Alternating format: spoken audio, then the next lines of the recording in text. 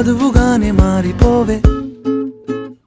ఈ క్షణం స్వయం వరం, ఇవాళ సంబరం.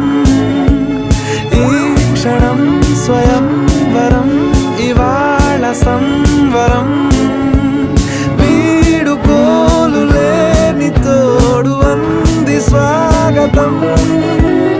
ఈ క్షణం స్వయం వరం, ఇవాళ సంబరం.